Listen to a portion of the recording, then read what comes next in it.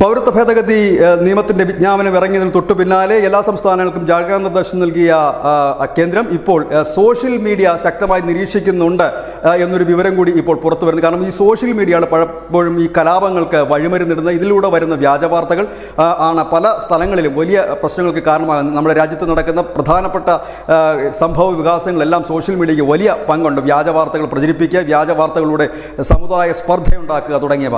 അത്തരത്തിൽ ഈ പൗരത്വ ഭേദഗതിയുമായി ബന്ധപ്പെട്ട് അത്തരത്തിലുള്ള വാർത്തകൾ ഇല്ലെങ്കിൽ അത്തരത്തിലുള്ള പോസ്റ്റുകൾ, അത്തരത്തിലുള്ള കമൻറ്റുകൾ നിരീക്ഷണത്തിലാണ് എന്നുള്ള ഒരു വിവരമാണ് ഇപ്പോൾ പുറത്തു വരുന്നത്. അത്തരക്കാരെ വെറുതെ വിടാൻ ഉദ്ദേശിക്കുന്നുമില്ല. കാരണം ഒന്നാം പൗരത്വ സമയത്ത് നാം കണ്ടതാണ് ഈ സോഷ്യൽ മീഡിയയിലൊക്കെ പോസ്റ്റ് ഇട്ട് പുളച്ചവരൊക്കെ പിന്നീട് കയറി ഇറങ്ങാത്ത സ്റ്റേഷനുകളില്ല, ജയിലുകളില്ല, കോടതികളില്ല. ആ രീതിയിലേക്കാണ് കാര്യങ്ങൾ പോകുന്നത്. കാരണം ഈ വിജ്ഞാപനം ഇറങ്ങുന്നതിന് മുമ്പ് തന്നെ കേന്ദ്ര സർക്കാർ ഇത്തരത്തിലുള്ളൊരു മുൻകരുതൽ നേരത്തെ തന്നെ എടുത്തിരുന്നു. കാരണം ഈ സോഷ്യൽ മീഡിയ നിരീക്ഷണം ഉൾപ്പെടെയുള്ളവ നേരത്തെ തന്നെ എടുത്തിരുന്നു. അതുകൊണ്ട് തന്നെ പുതിയതായി നിരീക്ഷിക്കുന്നതല്ല.